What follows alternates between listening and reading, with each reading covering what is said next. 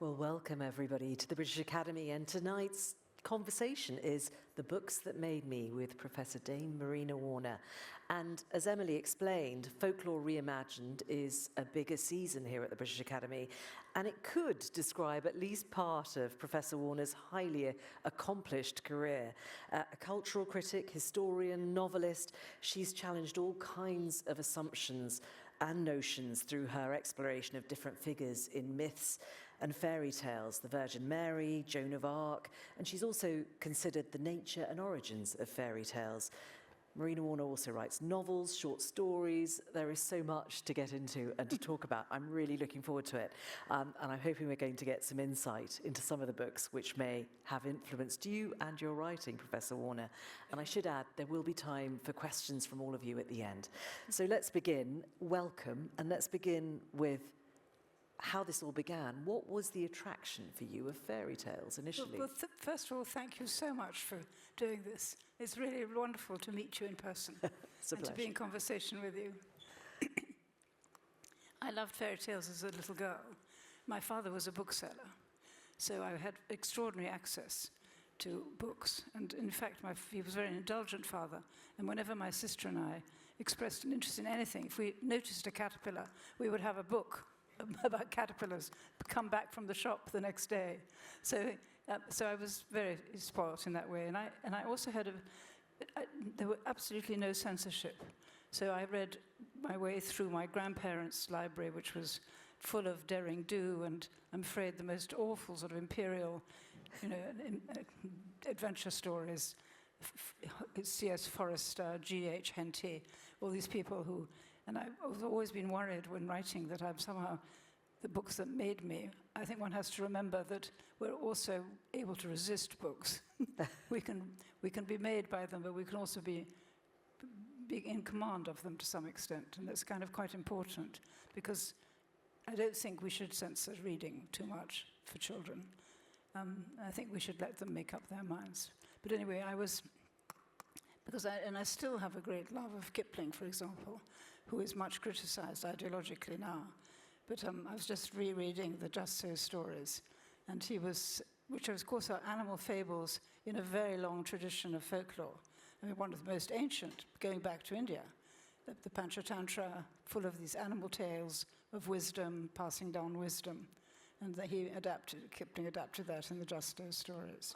I must admit, I read quite a bit of Kipling over the years, and you put it in its context and read it and enjoy it, the language and the descriptions and so on. But lots of people grow out of fairy tales. You didn't. They stayed with you. In a sort of guilty, secret way, because I knew that they were labeled as feminine. In fact, not even feminine, they were labeled as girly. They were kind of, hung around a sort of miasma of suspicion. It was sort of like pink dolls. And before, I was, of course, a child before Barbie. I was spared Barbie. but nevertheless, there was a kind of feeling that fairy tales were like Barbie. And then Angela Carter came along. And she really released this. She released us, my generation, from this sense of shame that we loved these stories, because she wrote in The Bloody Chamber, which is actually one of the books that was later. So maybe yes, we'll come to that later. So let's do a little bit of defining then. What would you say is the difference between myths and fairy tales? Well, they overlap, because, for example, if you think of the Odyssey, which is a famous myth, there are Circe changing men into pigs.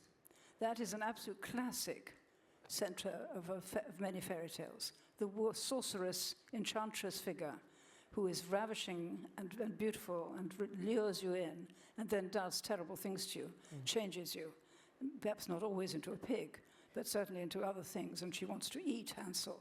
So and there are other elements not only in the Odyssey, but in many myths of this kind of, these tropes. I mean, the trickster figure is common to myths and folklore. The trickster figure is a kind of hero who, in a sense, doesn't occupy the same prominence as the soldier, the martial hero, or the saint hero in our current culture. Because the trickster figure is often an underdog who uses cunning to get by and to overcome where the authorities, the giants, the tyrants, the kings, and so that's a common, because Odysseus, though not an underdog, but is nevertheless a trickster. And in the other folklore around him, not only in the Odyssey, he's even more of a trickster. He's quite a dubious character.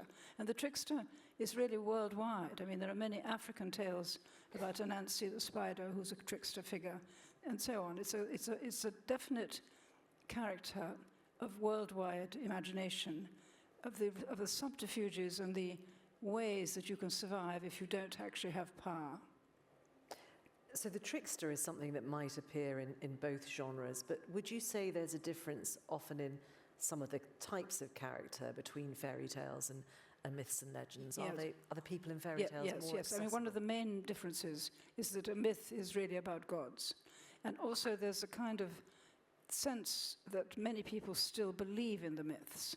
I mean, we think of the Greek myths as mythical because we no longer worship them. But in Hinduism or in Islam, where there's a lot of folklore, this is believed in. I mean, the jinn, for example, who are the main motors of narrative plots and changes and peripeteias in the Arabian Nights, the jinn are in the Quran.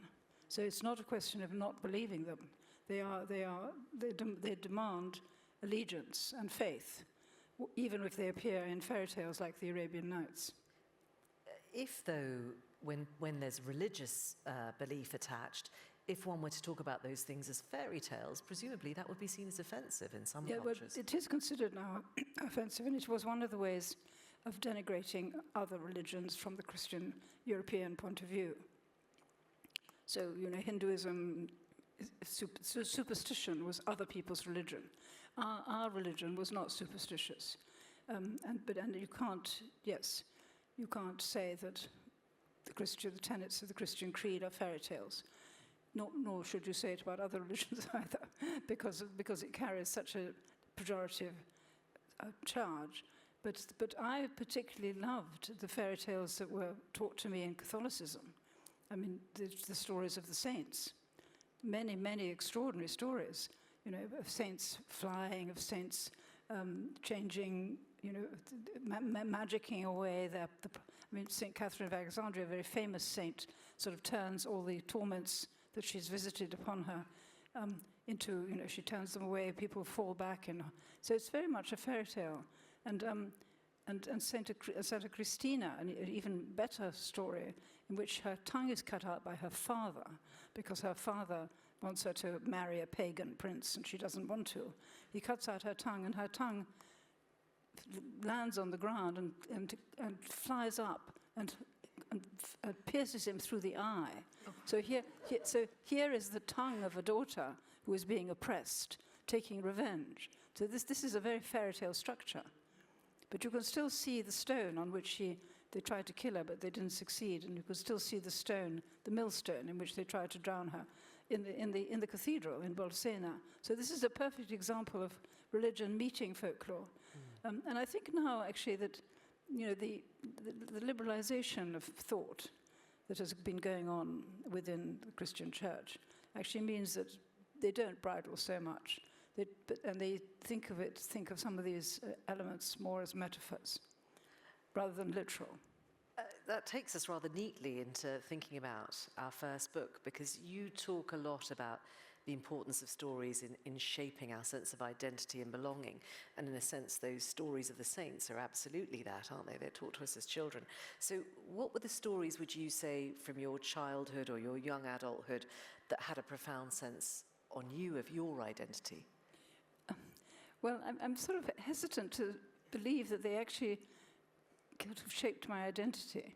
But I suppose they must have done, because I loved the stories in this book, The Myths of Greece and Rome, which I had when I was a child. And it's illustrated with Victorian paintings. So the Minotaur looking out over his terrace. And of course, I didn't really realize that he's looking out to sea to watch for the boat of Athenian boys and girls who he's going to eat. Yeah. But I just identified strongly with this solitary, hulking figure, looking so unhappy as he was looking out to sea. And then I'm afraid that I liked Apollo and Daphne. I loved that story, and I would make my little sister play Daphne, and then I would play Apollo and chase her around the garden. But I was very pleased. I was very pleased to see that in the myths of Greece and Rome, it's not seen as a rape. It's not done as a rape. The story ends, and this is an allegory of how the dew is melted by the sun. So it was very, and I actually believe that it's quite right to tell stories in a different way. I don't think you should try to be authentic and, be accurate to some origin, because there is no origin.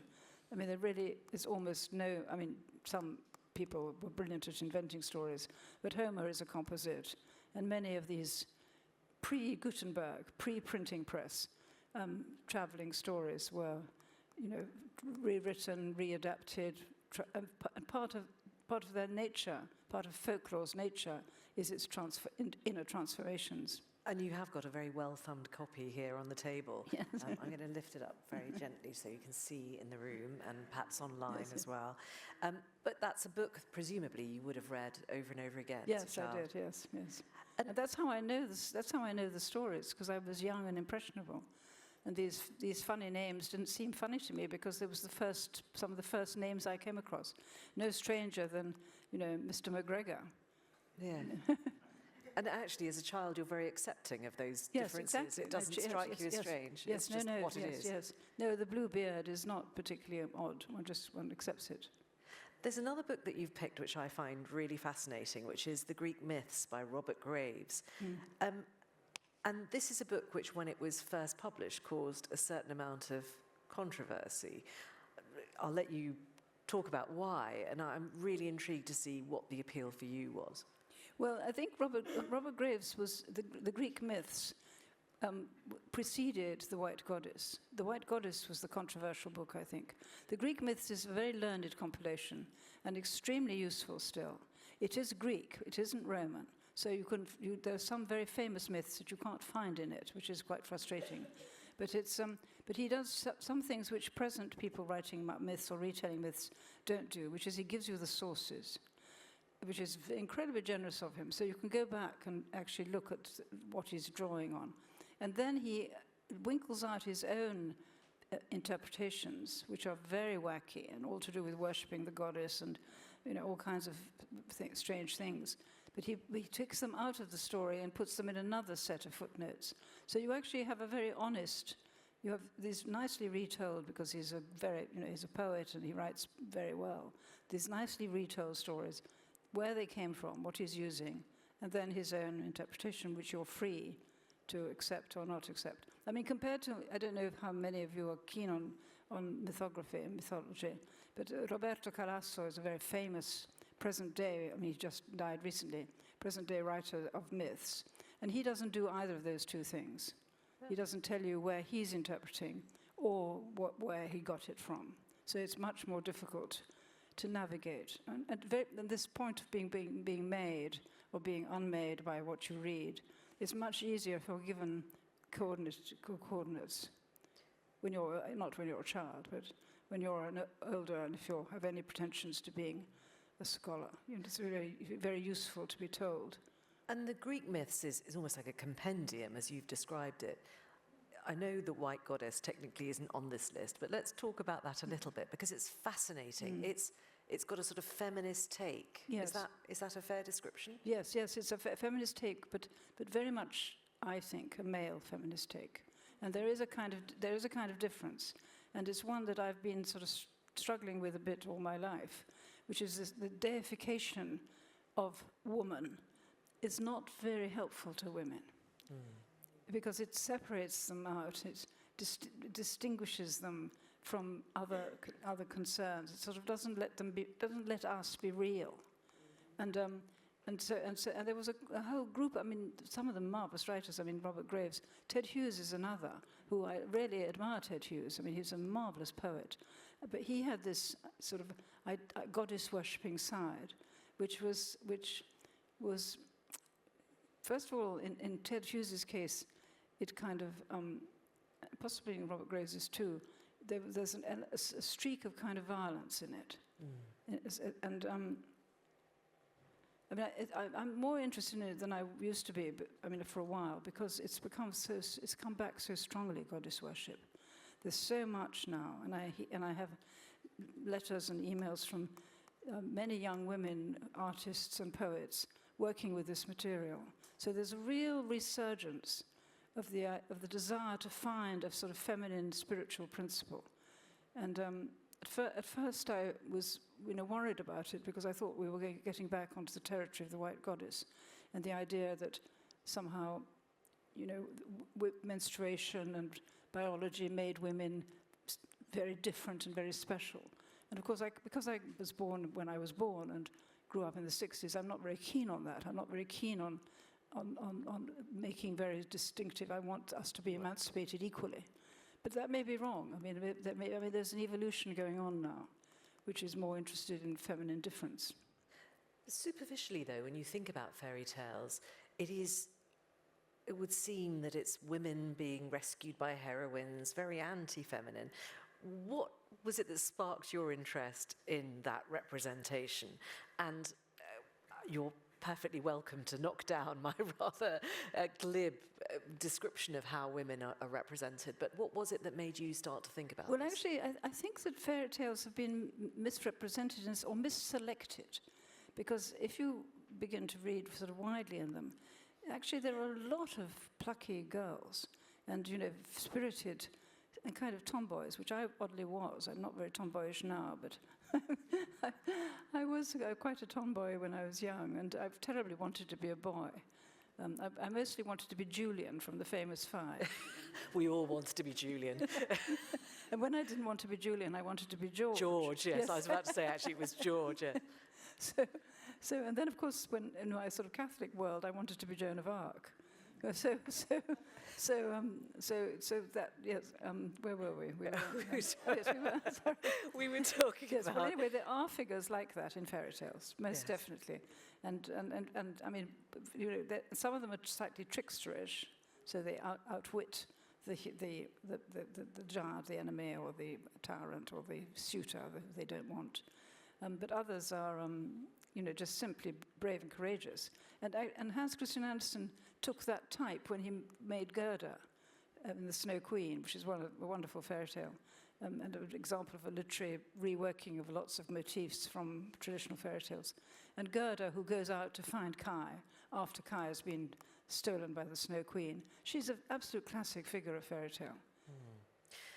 The fact, though, that at the end of the 18th century and into the 19th century, it was men that appeared to be writing and publishing these stories, that presumably affected what got written down, what has come through to us. Yes, the selection has made a huge difference, and we don't know what was lost.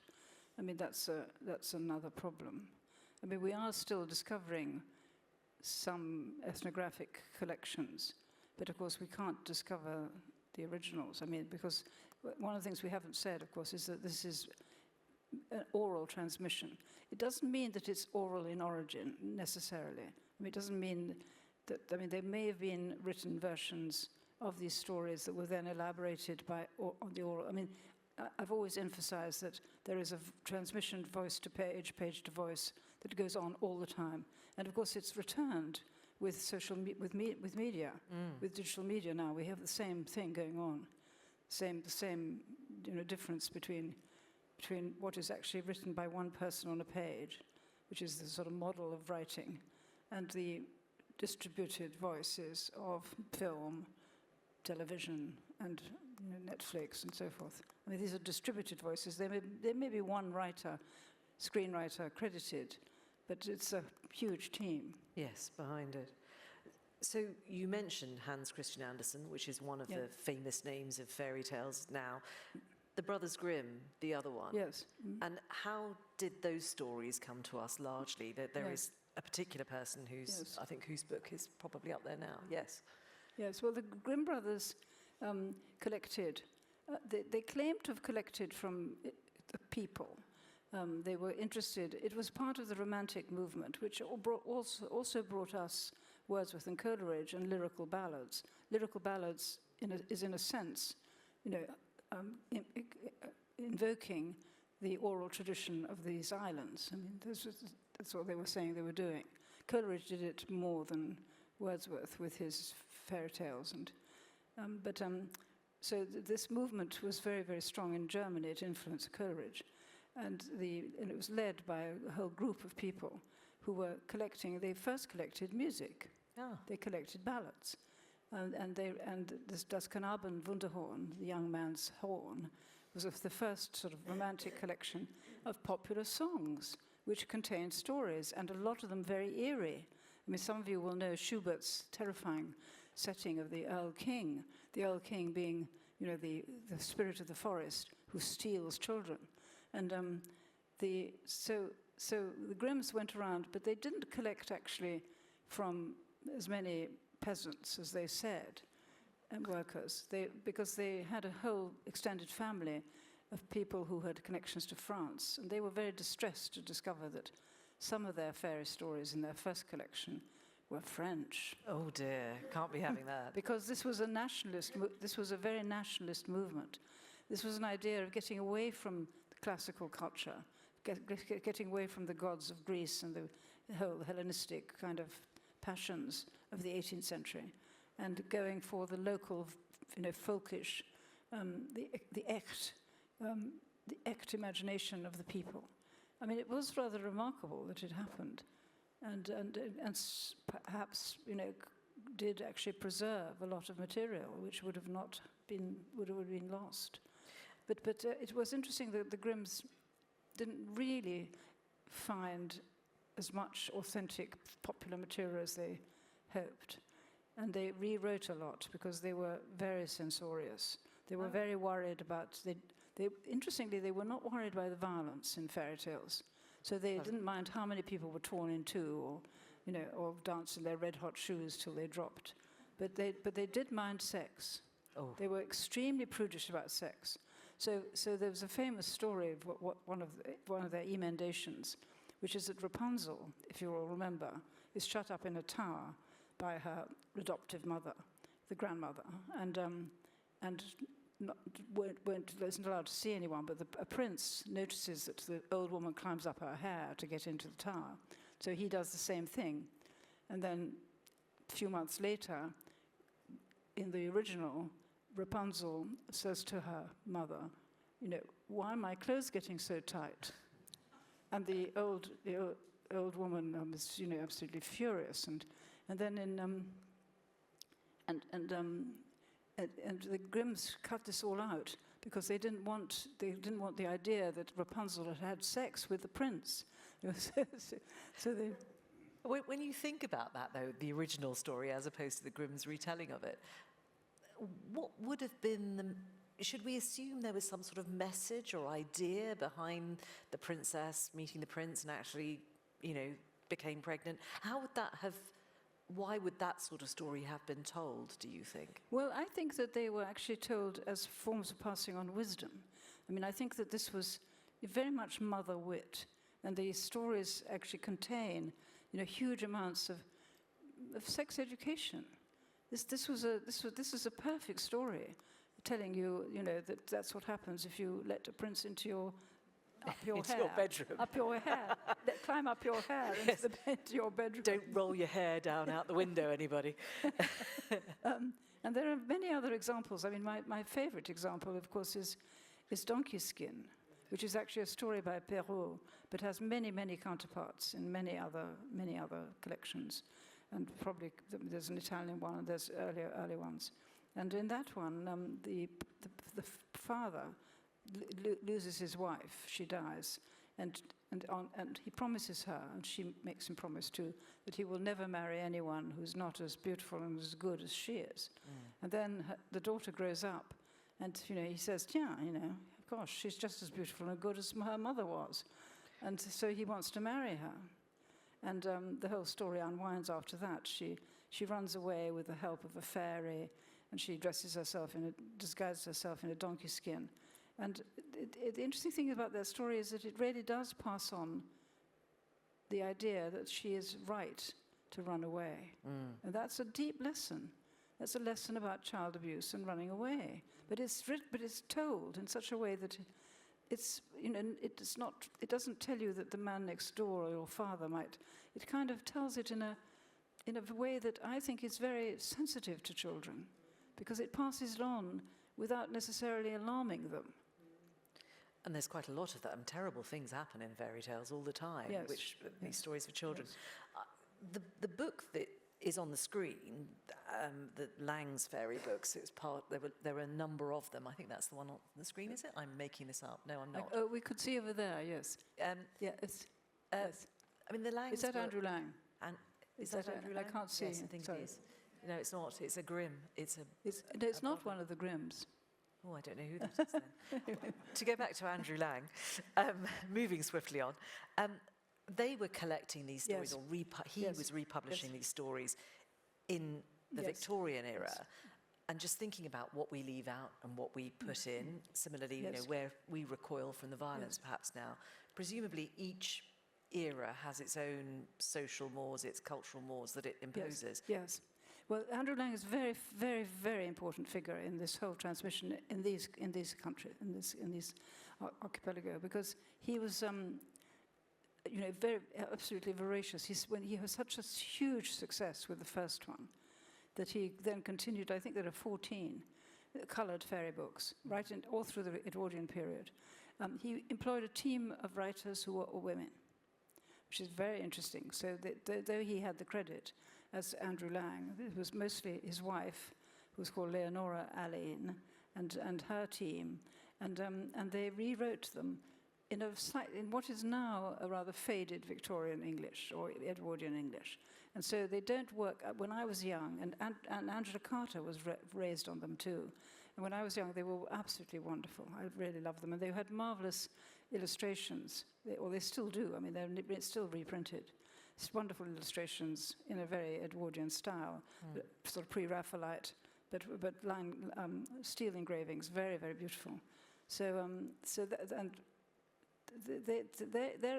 that effect was, first of all, there are two important effects.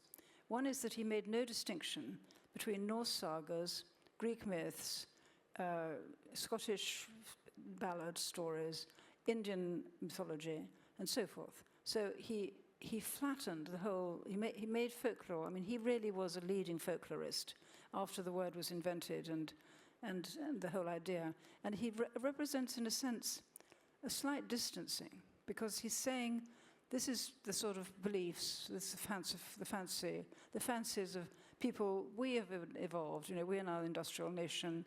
We're not so credulous. This is really for children. So he epitomizes. I mean, obviously, people had done it before for children. So the Grimm's is called Children's and Household Tales. So they didn't make the distinction quite so clearly. It was children and households, so it was also the adults. And Perrault, the French one, and the Italian one, the Basile earlier, it was absolutely not for children. I mean, it's raunchy, erotic. I mean, it was not for children at all. It was a marvelous collection of fairy tales. But by the time we got to Andrew Lang, with his team of writers rewriting them for children, you get this absolute, characterization that they are somehow not fit for because adults have grown out of this type of fancy. Which is a really important thought, and we'll come back to it.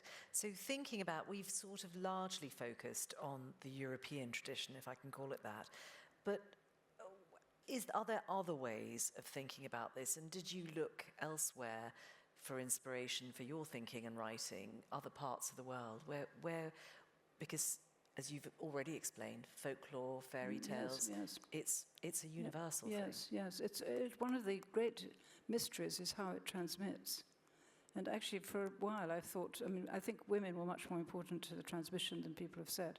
But I also think children were, because children were very quick at languages. So this problem of how does it switch from one culture to another, it's the child listening to a nurse and then remembering later and taking it to another culture. And that, of course, still goes on very strongly. But I was very fortunate, that I didn't have a narrow European, because I was partly brought up in Egypt. So the Arabic tradition remained fascinating to me. And the Arabian Nights, I mean, I didn't put them on the list because I was only allowed 4 books. But actually, the Arabian Nights, of course, is a mixture of legends and sagas, and as well as fairy tales and fairy tale structures and marvelous plots. I mean, really, really unusual plots, and more sophisticatedly written. It's very, very elaborate, and there's a lot of poetry in the Nights, which has recently been retranslated rather well by the first woman to do it in English, Yasmin. Well, she's actually not quite. Hanan El-Sheikh, who lives here in London, who's Lebanese, did a version for a theatre. And then, so she read it and translated a lot of it for the theatre, for Tim Supple's production. But Yasmin Seal has just done a beautiful, wonderful, fluent translation into English of the Arabian Nights. She's half Syrian. Anyway, the myth that really made a huge impression on me, and I think is important for sort of everybody, is the Epic of Gilgamesh, which is one of these miracles. You know, it's fantastically ancient. And I remember long ago that John Berger, the wonderful art critic, gave a talk in which he showed us the cave paintings at Lascaux and other places. And he said, he had a ringing voice, and he said, in the beginning, there was no fumbling. You know, and the drawings are perfect, and they're the oldest drawings we have. And then, you know, it's the same with the Epic of Gilgamesh. It's the oldest extant piece of literature, and it's perfect. I mean, it's the most amazing piece of writing. And I mean, I can only obviously read it in English, but in fact, nobody can. Only scholars can read it in Akkadian. Because, you know, the language has gone. So predates Homer, which is a fact that I kind of find astonishing. Yes, absolutely. yes, they can read Homer. Astonishing. Yes. So that was a book that made a profound impact on you, would you say? And yes. Just talk about that a little bit. How did it change the way you thought about this subject area? That was a poem that I came across in the 60s when I was, you know, a student. And actually, it's interesting because the Penguin Classic translation that was then available is an N.K. Sanders one. And of course, I thought N.K. Sanders was a man. But it turns out it was a woman. Now, quite a lot of the same with my Myths of Greece and Rome. It's by H.A. Guerber. Again, I thought it was a man. And of course, it's a woman. So there were these women working in transmitting this material, hiding under the initials. I mean, perhaps not just because it was mythic material, the folkloric material, but because in general they needed to hide because they were not taken seriously if they didn't hide. So that's an interesting sort of footnote, really. But it's anyway. The N.K. Sanders translation is now thought to be erroneous, and a lot more tablets have been discovered and deciphered. So there's a lot more. So this is a tiny little book, and that's the one I loved when I was in the 60s. And this is the new Penguin Classic, which is Adrian. Hang on. Andrew George, that's right, Andrew George, which is a learned, scholarly, and excellent translation with all the new material in it. And the two, you know, are definitely worth reading together. N.K. Sanders has been just sort of superannuated, if you like. But I just found the whole, I mean, those of you who've read it will know that this is this friendship between Gilgamesh and Enkidu, the wild man. And they go and they desecrate a sacred forest. It seems to be so relevant to today. I mean, so absolutely kind of our time, this terrible battle. And they kill the guardian of the forest. And then they're punished by the gods for this sacrilege. And Enkidu dies, and Gilgamesh doesn't know what death is until his friend dies. And he learns what death is. And he goes down to the underworld to try and bring him back. And he fails. So it's extraordinary tragedy. I mean, it's not, you know, very woman-friendly. I mean, it's about boon companion men and heroes. And there is a rather marvelous civilizing force in the shape of a temple prostitute. She is a civilizing force, which is a which is a kind of powerful presence in the poem. And then there is Ishtar, the goddess, who's a real character and a sort of terrifying character. It's extraordinary, though, this very ancient piece of writing, in a way, shows the power of stories, that people have understood that since the beginning of communities and society and people, really. Yes. That And a also story it has an interesting history because it was in the library of Ashurbanipal in Nineveh. And it was only discovered when it was excavated by the Victorians. And then all these tablets came to the British Museum. Nobody could read them. Nobody had cracked the code. And then somebody called, I'll remember his name in a minute, was seen by the keeper coming into the British Museum every day. And eventually he asked him, the keeper said, why are you looking at these cuneiform tablets so much? He said, I'm reading them. And he said, what? And he was a calligrapher for money. So he had that sort of mind, He made banknotes. He worked for Waddington's, who then printed the banknotes. And so he had this sort of decrypting mind. So they took him on at the British Museum, and he is the first person to decrypt and put together. And he was a very devout Christian.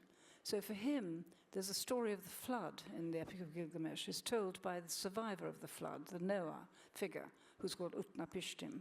But he's a Noah figure, and he tells a story of how the gods were angry and the flood happened. Same stories in the Bible.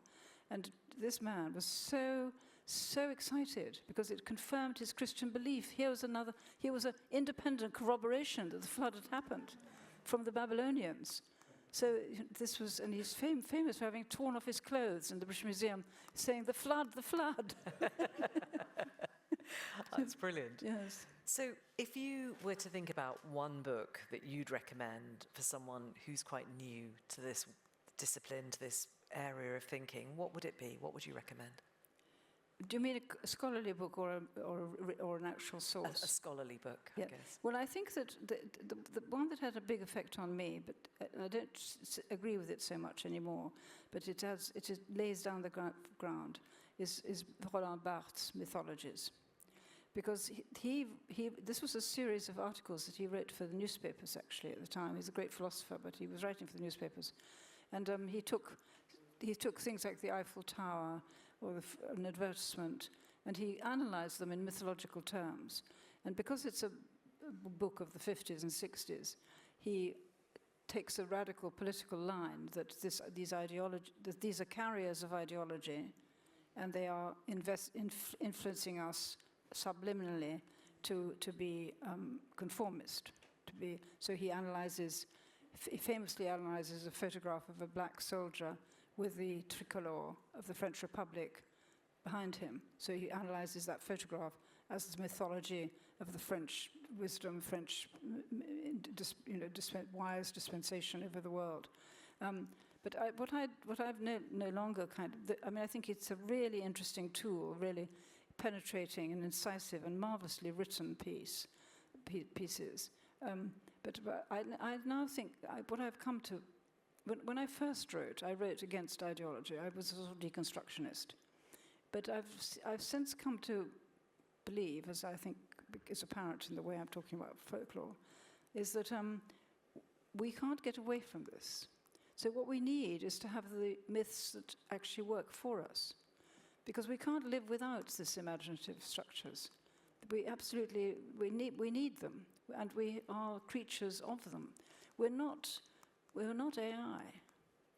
We're imaginative, and we have tremendous depths of ability to create symbols, to see things not for their literal, apparent meaning, but to see beyond them, to see through things. I mean, you can see this with the monarchy in the world. I mean, how this monarchy has, such wide-ranging effects on people. When the Queen died, and thousands of people queued. I mean, I found the queue incredibly, extraordinary. There were people who were there for several nights, and people in wheelchairs, and so this is the human thing. This is the sacred. So we need to make a sacred that is actually helping us. At the moment, we have, terrible worship of warfare and weapons and strength instead of other things that we could. I mean, I know there are lots of movements and for ecology, and lots of young people are very, very committed to trying to prevent this further desecration.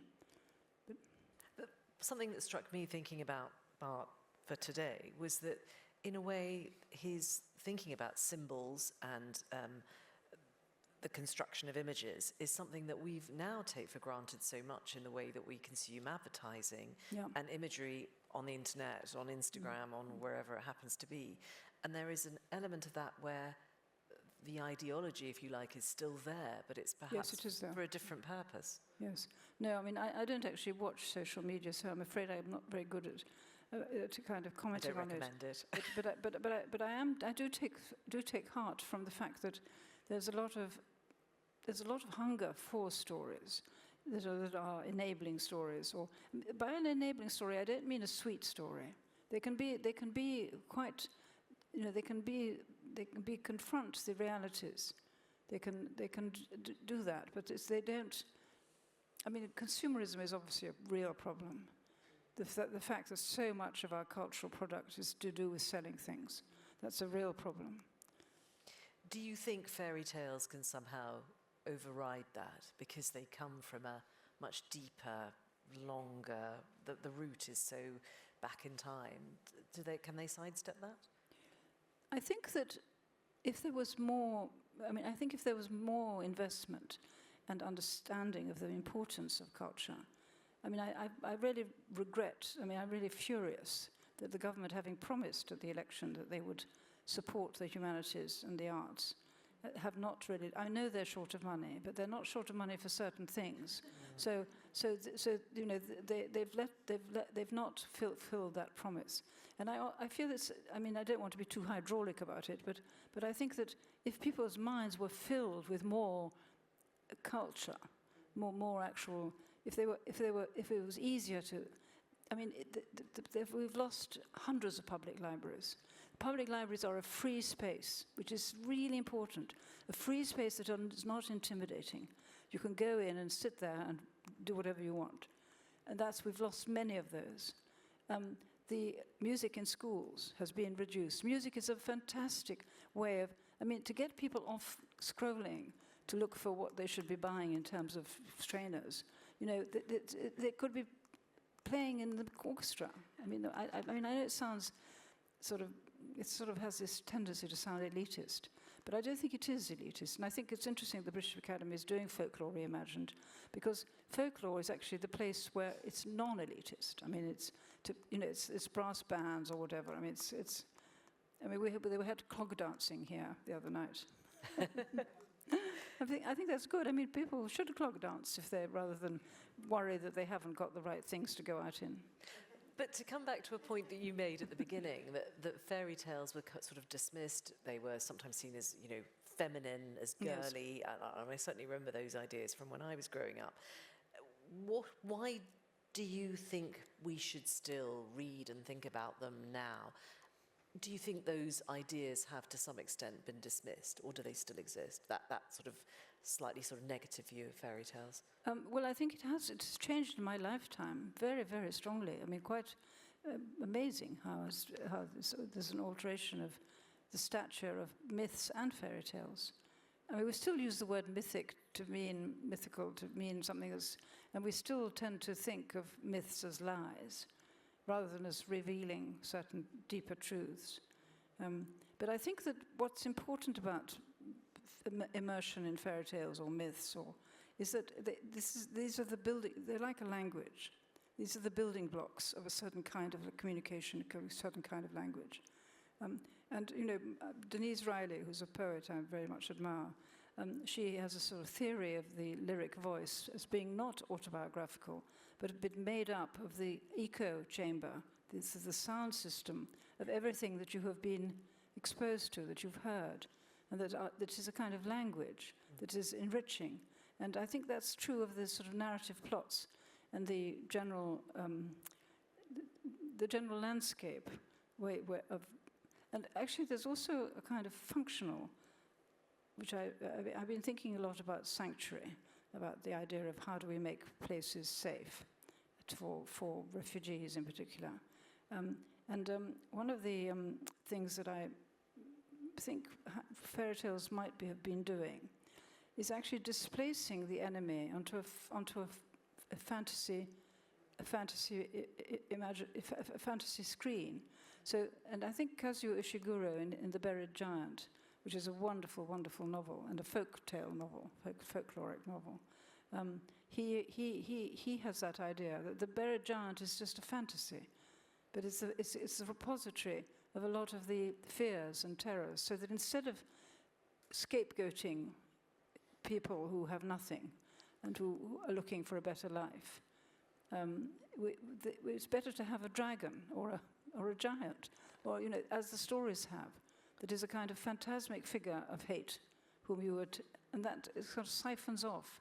It's a bit of, I mean, I haven't thought it through properly, but it's a bit transactional, if you like, and a bit functional, but I still think it might have an actual way of helping, because it's very hard for people to think non-dialectically. I mean, it's difficult to not have an enemy, especially in politics, where it's one of the descriptions of America, isn't it? That America always needs an enemy, whether it's Native Americans or Saddam Hussein or Russia or Ukraine or whatever young it black happens to men. be. Yes, but anyway, I digress. So we've talked about the relevance of fairy tales, and that's exactly what we're talking about. I think one of the books you chose, there was Ovid's Metamorphoses. Yes. Why does that feel to you like an important book for the here and now?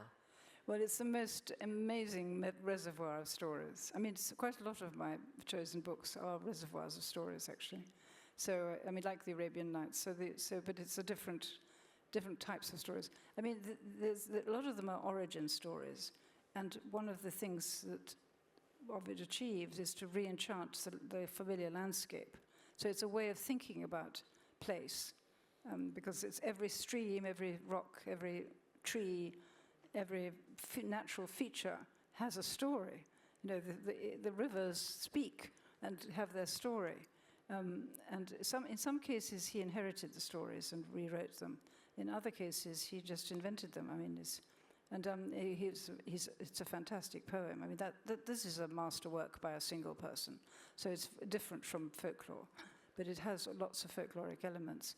And I chose it because it's inexhaustible. In fact, though I've read it pretty much all my life, I still haven't read it all. I mean, in the sense that I might have read it all in terms of but I haven't understood it all. I haven't, because it's just hundreds of stories and hundreds of speakers of these stories, all interlaced, and the tone changes a lot. The tone is sometimes very elegiac, sometimes comic, sometimes fiercely antagonistic. So it's a very varied poem, it's multivocal. Accessible? Is it something that we could still pick up today and read, do you think? Oh, yes, and there are many, many translations, and it's been done by, wonderfully by different people. I mean, you can explore it. And it's also been rewritten by several people. I mean, people have taken the stories and reinterpreted them. I'm trying to think of some good examples quickly. We can go and investigate. But, I mean, you have done so much work on reimagining fairy tales for a contemporary audience. I want to come back to Angela Carter, who we mentioned at the beginning. I mean, she sort of set that ball rolling. Again, at reading Angela Carter today, how does she fit into... Well, she also has changed, and the reception of Angela Carter has changed. Because when she first broke into our imaginations, she was a feminist, and it was a very feminist act, because she uncovered the latent erotic content and the kind of subversive and eerie quality. It couldn't have been, it was a million. Disney's Cinderella is 1952, I think, and she comes a little bit later, and she does something unbelievable to Disney. So that's and at the same time she published The Bloody Chamber, which is the famous collection. She wrote many more after that, and she also wrote novels in which there are many folkloric and fairy tale motifs. But she published her essay on de Sade, the Sadean woman, and that's a very strong, powerful essay about how Sade saw marriage as it truly was, which was a kind of transactional sale of a woman as chattels. I mean, it was a very, very polemical, furious piece, and kind of pro-pornography as being revelatory. A difficult essay now, but for a period, sort of during her lifetime it began in America, and then afterwards she fell under a cloud because it was seen as too erotic what she did, and veering on justifying pornography. So she became controversial, and I think now, I mean, I've always stood up for her. I don't think she's colluding at all. I think she's definitely on the side of the angels. But and I think now there's less interest in her. So we'll see. She's probably. They should make another film. They made a wonderful film, The Company of Wolves, with Neil Jordan. Very, very beautiful film. So they should make another. Actually, it would be good. It'd be interesting to see, actually, if she is sort of resurrected by a new generation who can look there's back. A production of Wise Children for the stage, which I think was very... Some nods in the people audience, murmuring, yes. Yes. Actually, thinking about, I mean, you mentioned Cinderella. What do you think of the controversy around the new Snow White, which I haven't seen, I have to confess? No, I haven't seen it. No, I'm not sure I'm going to see it. There was a good... I mean, it sounds terrible. Why do you say that? Yeah, but I liked Maleficent. Has anyone seen Maleficent? No. Maleficent was a sort of Snow White, but in fact there was this moment when Snow White crossed with Sleeping Beauty with Angelina Jolie, and there's a moment when the Sleeping Beauty's Snow White figure is going to be awakened. And there was a little boy in the audience with me, and he said, "Oh, I know what's going to happen. The prince is going to kiss her, and she's going to wake up." And in this film, the prince kisses her, and she doesn't wake up. She doesn't move at all. And then when her wicked stepmother, regretting how wicked she's been and tortured her and tormented her, she kisses her, and then she wakes up. And that was, I thought, a really beautiful twist. A really superb reinvention of the story. Do you think tales, the modern sort of the Wickeds and the Frozens, do they fall into the fairy tale category? Yes. Frozen, absolutely. And the way the children used to, I used to rather like that. You know, children in the street would go, "Let it go, let it go, let it go." So we're very much holding on to that tradition. Yeah. In terms of modern writers, then we've talked about Angela Carter. Another person that I think you've reflected on is Derek Walcott. Tell us a little bit about Omeros and Derek Walcott. Yes, well, I think that's first of all, it's an amazing epic. I mean, it's an astonishing piece of writing, but because it brings all the characters from Homer into the Caribbean, into St. Lucia, where he comes from, where he lived. It does something with myth that is really central to myth, which is that it is adaptable and transformative. As I said before, it keeps revealing more material for the present, whatever present you're in. And he sort of took that, and he took the epic quality of it, and he just made it his own, and made it therefore the Caribbean's own. And I think that's.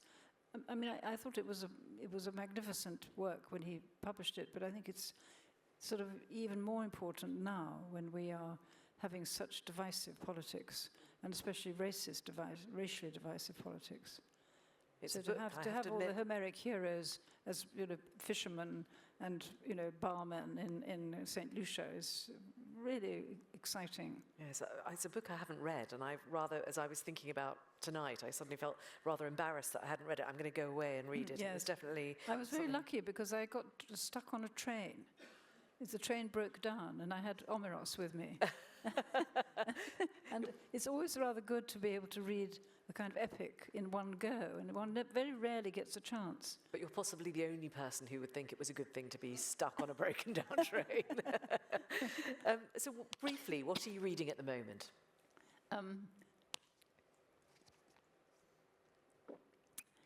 I've been asked to write an essay about an artist called Ethel Cahoon. She's very folkloric. She died in the 60s, I think. No, maybe she died more recently. She lived in Cornwall. She was a kind of Wicca person. She was very interested in, she was astrology, horoscopes, and very learned about it. But she wrote a book called The Living Stones of Cornwall, which is all about and her knowledge of the local folklore was absolutely intense. The Nine Maidens Circle, and all her paintings were inspired by this. So and then she wrote a novel, which is an alchemical novel, called The Goose of Hermogenes. So I'm reading those for this essay I'm going to write about her. And I'm very, very glad. The Tate, she's going to have a huge show at the Tate. Yeah.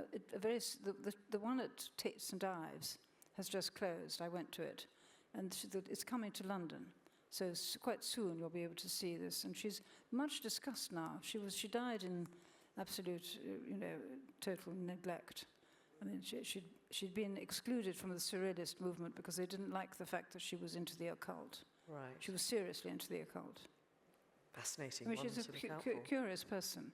But she's definitely one of these people for whom the goddess was important.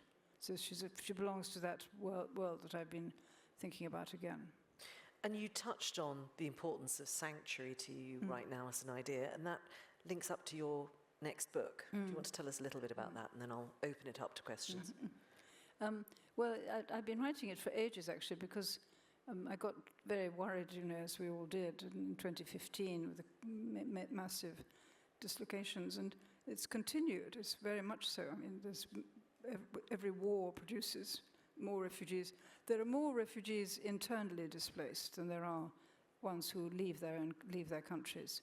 So there's a huge number of refugee camps in adjacent countries to the war zones, which is, I mean, these are huge cities, 300,000 people sometimes, in Kenya, for Somalia, so the world is full of people who don't have a home.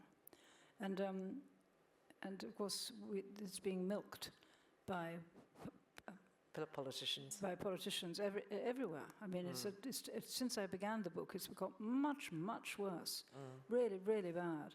I have no solution, but I try to look at how the idea of sanctuary had developed over the years. I mean, since Greek tragedy, where people like Orestes went to Delphi for sanctuary. And then in the Middle Ages, for 1,000 years in this country, we had sanctuary in churches. So I've tried to look at the principles and to see how they could be adapted or reactivated. And I came down to storytelling. I mean, it sounds a bit feeble, that actually the circle of listeners is the most binding thing, because you can come from every different background, and you can be joined by the story. You can be, and that if by sharing stories, and also by seeing stories that belong to you in the new area where you live,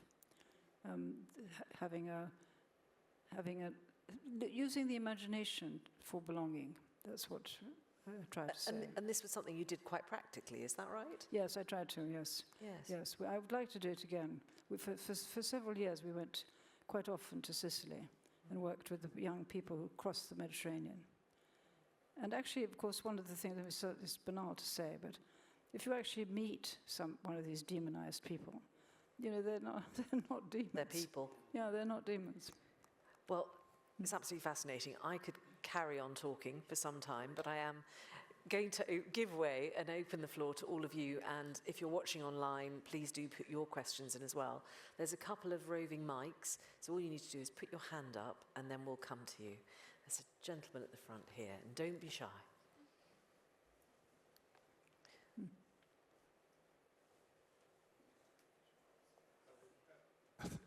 Hello, thanks very much, and particularly for Omeros, which got me at a particularly great moment in my life, and I love it. I think that's a really good example, is that when I studied literature at university, there was a sort of acceptance that the long poem was kind of over. You didn't really expect people to read long poems anymore. And audiobooks, I certainly, for me, completely changed that. And now people are rolling out more and more Homer translations, I think very often with an eye to having it recorded. I mean, do you think that might sort of reinvigorate that sense of the longer myth as opposed to sort of lyric poetry? Yes, absolutely, and I think these audible recordings are remarkable. I mean, I listened to some. I wasn't very well, and I had to, I couldn't read, so I listened to several famous novels. Oh gosh, it was simply wonderful. I mean, the fact that every word, I'm afraid I've developed a bad habit of reading fast, but to savor every word. And the actors who read are I thought, so good. I mean, I read. Hard work. I read. I didn't read. I mean, it was read to me. The Magic Mountain, which is in translation, but the reader did all the accents of all the different people. It was so brilliant, so alive. That's a not very long read. It's 37 hours.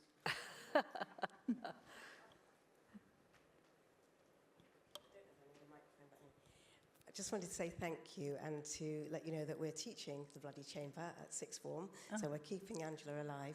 But actually we've run into a bit of an issue this week with students who are very horrified by the sexual violence.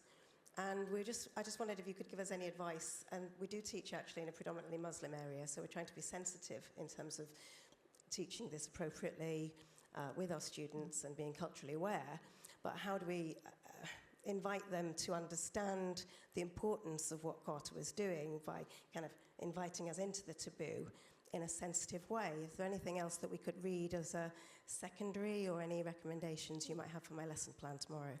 Well, I think her collection of fairy tales, which was published originally as the Virago Book of Fairy Tales, but I think it's in 2 volumes originally, but I think now it's in 1 volume. It's called Angela Carter's Book of Fairy Tales. That's a very interesting collection, because she selected without rewriting, and she shows a lot of the positive sides of this kind of material, the strength of girls. And there are 2 phases in her work. I mean, the Bloody Chamber came out of a period when she was very involved in French and Surrealism, French culture and Surrealism. And Surrealism, as you know, was very interested in violence, in the sort of revolutionary part of power of violence. And de Sade was one of their heroes. So she was in that period. And then later she changed, and the Mother Goose figure takes over and becomes the narrator in Knights of the Circus, for example. She's a sort of garrulous narrator. And so I think if you put her in context of how she saw the difficulties herself. But I've taught the Bloody Chamber a lot. And in fact, I had to tell my students that they weren't allowed to write another essay on it, because they would only write about it. So I had to tell them they had to choose another book. They so loved it. But they were mostly young women. And the young women identified very, very strongly with this kind of way that she exposes, sexual desire and its relationship to masochism, to sadism. I mean, it is very frank. It's very... Fascinating. Yes. Are you teaching GCSE A-level? Yes. Well, they're a little bit older. Yes. But I mean, it is adult. She was interested in adult, in the actual generic, I mean, she was interested in pornography. I'm going to look this way because I feel like I've ignored you. Yes, there's a lady here at the front. Marina, thank you. That was fascinating. Do you think women still need to hide behind their initials and disguise their gender as the Edwardian writers did? And Grimm stole them, really, didn't he? Do you think women still are better off as a J.K. Rowling than a Joanne? Well, I know. I agree. Yes, and to A.S. Byatt. I mean, it's interesting. There is a certain... At one time, I used to think that I was only ever reviewed by people who were called Cassandra, Miranda. I mean, there was a sort of matching. So, yes. I mean, it's true that feminine names still... I mean, there have been some studies done of the relationship, the proportion of male reviewers to female authored books and so forth. I mean, I think all these things are getting better. We are seeing a less prejudiced world against women writers or women sculptors or whatever. I mean, certainly in the arts, in the visual arts, the prejudice has lessened greatly. And there's been so many sort of, tremendous writers, women writers recently, that it has lessened.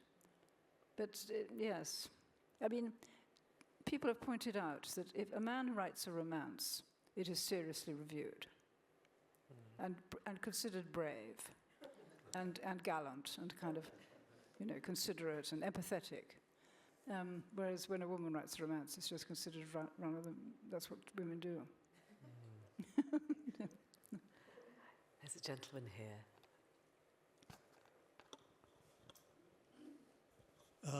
I read long ago your book on the Virgin Mary, and I must admit I don't necessarily remember much of it, but I enjoyed it when I read it. Later on, I got interested in religious dialogue and found out that in the Quran, Virgin Mary looms larger than she does in the New Testament. There are more references to Mary in the Quran than there are in the New Testament. And of course, she's called in Arabic Bikr. She's a virgin in the Quran. And Jesus himself is Isa ibn Maryam, Jesus, son of Mary. So there is a strong link between.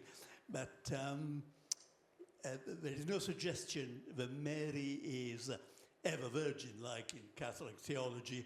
She's virgin as she conceived, but not necessarily. So this is going a bit outside the confines of your talk, but I think Mary is quite interesting in important religious dialogue, which is, so I wonder what you thought about that. Well, actually, I've written about Mary in the Quran in my book on sanctuary because of the flight into Egypt. They're classic, the Holy Family, when they go to Egypt to escape Herod, the massacre of the innocents, they're a classic refugee family. And in the Quran, there is also a kind of suggestion that Mary is in Egypt when she conceives, holding onto a tree and gives birth. And so this idea of the Egyptian, and there are pilgrimages even today, I mean, to this day, that are both Christian and Muslim in Egypt, which are connected to the path of the Holy Family's flight. So that it seems to me a sort of ecumenical potential there, that this story, the story which is shared by these two now very factionally divided religions, it could be a meeting place for a better relations. I mean, I'm not a believer, but I do think that religion has a power to. We saw that, didn't we, with the Pope's funeral? Brings people together. Yes. I'm looking around. Where are we? You're all very shy. There's a hand at the back there. Good evening. Oh. So I just want to thank you for this extraordinary mind-unleashing discussion. And I'm a bit greedy. I have two questions, but they're related to one another. So you said earlier, myths work for us, and they help seeing through things. So in the age of worship, of warfare, how can myth work for us? And should we create myth to overcome violence, specifically as myths are connected to identities? It's very difficult to say we should create myths. I mean, I don't think it's a kind of volitional enterprise.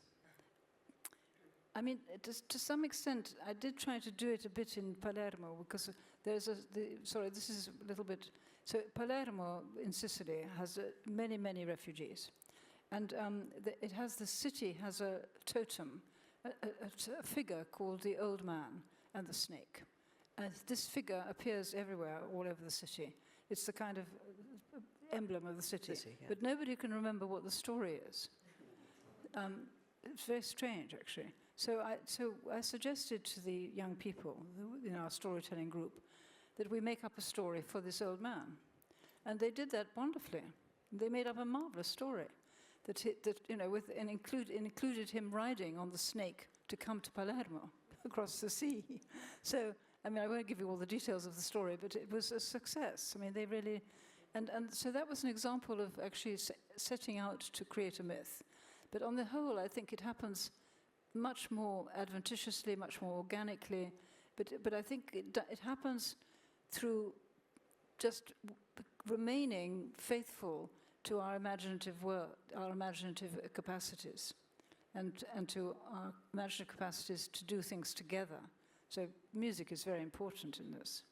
I mean, and it's not an accident that many stories have survived as songs. Yes. I mean, and also, you know, you're talking about Homer.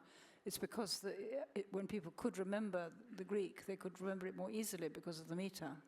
I mean, metrical material is much easier to remember. Shakespeare is an example. Shakespeare is an example of a reservoir of myths for not only this country, but for many countries. Right, Emily, I think, has got a question online. Yes, we have a question that says, I am an A-level student who has recently completed an essay about the social relevance of fairy tales. I have been greatly inspired by your writing and wonder which critical text would you recommend as a most essential read?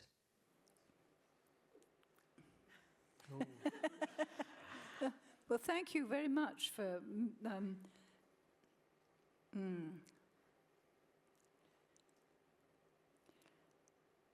It rather depends what you want it for. I mean, are you still doing the social effects of fairy tale?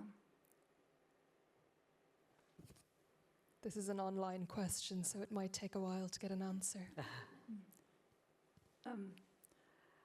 Would there be a couple of books that you would say, if you're looking at the social effects of fairy tales, might be relevant?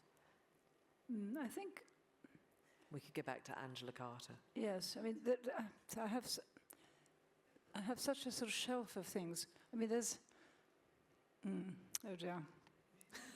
Are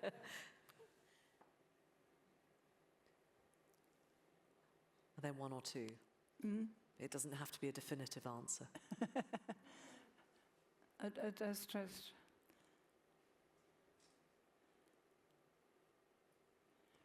There's some very good books on contemporary fairy tales. I'm trying to remember the name of the author.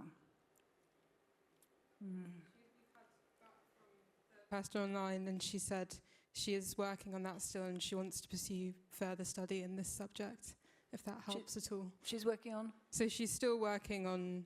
social, yes. Yeah. Well, Robert Danton, who's a French historian of France, wrote a famous book called The Great Cat Massacre. And that is a social analysis of fairy tales. That is about child abandonment. It's very, very much sort of positivist, if you like, that the stories are about reality. And I think that if you look at the introductions that Angela Carter wrote to her collections, then they also have some comments on social aspects. I mean, she famously said, a fairy tale is a story in which one king goes to another king to borrow a cup of sugar. Fantastic. There was, we're nearly at time really, but there was one question there that I thought I was going to come to you. So if you still want to ask your question, we'll give you do a very brief answer, and then I didn't want to ignore you. Thank you, and I'll keep it short so we can all get to the pub, so it's all right. I was just wondering if there was any particular myth or folklore story that you'd particularly like to see a strong feminist retelling of that hasn't yet been done. Well, actually, yes. I mean, it was the story that in the original answer to the out of Ovid's collection, I singled out as a story relevant to our time the story of Erysichthon. I'm sorry, he's got such a difficult name. Erysichthon, who decided that he wanted to build a great palace for himself, and so again cuts down a sacred forest, and the goddess takes revenge on him, and she sends famine to enter his spirit, and then he wakes up from his sleep, and he wants to eat everything, and he goes on eating and eating, and eventually he's eaten everything in his whole substance. And he begins, looks at his daughter and he begins to sell his daughter. So this is why it's a feminist story, because the daughter does not want to be sold to feed the appetite of her father. And she cries out for help to a god who has raped her in the past, I'm afraid. And he gives her the gift of shape-shifting. So she keeps changing shape and escaping the slave owners who her father is selling her to. And eventually her father eats himself.